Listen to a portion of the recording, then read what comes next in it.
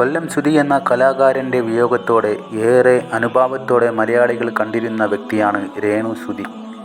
എന്നാൽ ഇപ്പോൾ അവരെക്കുറിച്ച് പുറത്തുവരുന്ന ചില വാർത്തകളും സ്ക്രീൻഷോട്ടുകളും എല്ലാവരെയും ഞെട്ടിക്കുന്നതാണ്. എന്താണ് ഇതിൻ്റെ സത്യാവസ്ഥ എന്ന് നമുക്ക് നോക്കാം. സഫീന ബീവി എന്ന വ്യക്തിയാണ് രേണുവിൻ്റേതെന്ന പേരിൽ ചില ചാറ്റുകൾ പുറത്തുവിട്ടത്. രേണു ഒരു വിദേശ മലയാളിയുമായി പണത്തിന് വേണ്ടി നേരിട്ട് കാണാൻ സമ്മതിക്കുന്നു എന്ന തരത്തിലാണ് ഈ ചാറ്റുകൾ. ഇത് സത്യമാണോ അതോ വ്യാജമായി നിർമ്മിച്ചതാണോ എന്ന കാര്യത്തിൽ ഇപ്പോഴും സംശയങ്ങൾ നിലനിൽക്കുന്നു. എങ്കിലും സാമൂഹ്യ മാധ്യമത്തിൽ ഇത് വലിയ രീതിയിൽ പ്രചരിക്കുന്നുണ്ട്. സഫീന ബീവി പറയുന്നത് ഇതിലും വലിയ തെളിവുകൾ തൻ്റെ കൈവശം ഉണ്ടെന്നാണ്. രേണു അടുത്തിടെ തുടങ്ങിയ ഇൻസ്റ്റാഗ്രാം സബ്സ്ക്രിപ്ഷൻ മോഡലാണ് മറ്റൊരു പ്രധാന ചർച്ചാ വിഷയം.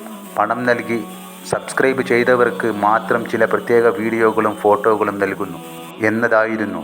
ഇതിനെതിരെ വലിയ വിമർശനങ്ങളാണ് ഉയരുന്നത്.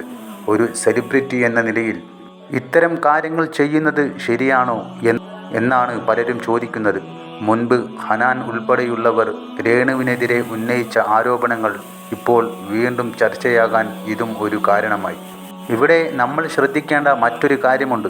സാമൂഹ്യ മാധ്യമത്തിൽ ഇത്തരം സബ്സ്ക്രിപ്ഷനുകളുടെ പേരിൽ വലിയ തട്ടിപ്പുകൾ നടക്കുന്നുണ്ട്. പലപ്പോഴും സെലിബ്രിറ്റികളുടെ പേരിൽ വ്യാജ പ്രൊഫൈലുകൾ ഉണ്ടാക്കി പണം തട്ടുന്നവരുണ്ട്. ചിലർ AI ഉപയോഗിച്ച് നിർമ്മിച്ച ഫോട്ടോകൾ കാണിച്ച് ആളുകളെ പറ്റിക്കുന്നു.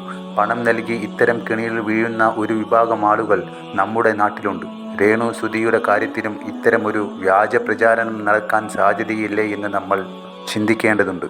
കൊല്ലം സുധിയോടുള്ള ഇഷ്ടം കൊണ്ടാണ് മലയാളി പ്രേക്ഷകർ രേണുവിനെ സ്വീകരിച്ചത്. എന്നാൽ ആ സ്നേഹത്തെ മുതലെടുക്കുന്നു എന്ന തരത്തിലുള്ള വാർത്തകൾ വരുമ്പോൾ അത് പലരെയും വേദനിപ്പിക്കുന്നുണ്ട്. രേണുവിനെ അനുകൂലിച്ചും പ്രതികൂലിച്ചും ഒരുപാട് കമൻറ്റുകൾ വരുന്നുണ്ട്. എന്നാൽ കൃത്യമായ തെളിവുകളില്ലാതെ ഒരാളെ വ്യക്തിഹത്യ ചെയ്യുന്നത് ശരിയാണോ എന്ന ചോദ്യവും ഇവിടെ പ്രസക്തമാണ്. സോഷ്യൽ മീഡിയ എന്നത് പലപ്പോഴും കാണുന്നത് പോലെയല്ല. ഓരോ വാർത്തയും വിശ്വസിക്കുന്നതിന് മുമ്പ് അതിൻ്റെ സത്യാവസ്ഥ പരിശോധിക്കാൻ നമ്മൾ ശ്രമിക്കണം. രേണു സുധിക്കെതിരെയുള്ള ഈ ആരോപണങ്ങളിൽ അവർക്ക് പറയാനുള്ളത് എന്താണെന്ന് കൂടി നമ്മൾ കാത്തിരുന്ന് കാണേണ്ടതുണ്ട്.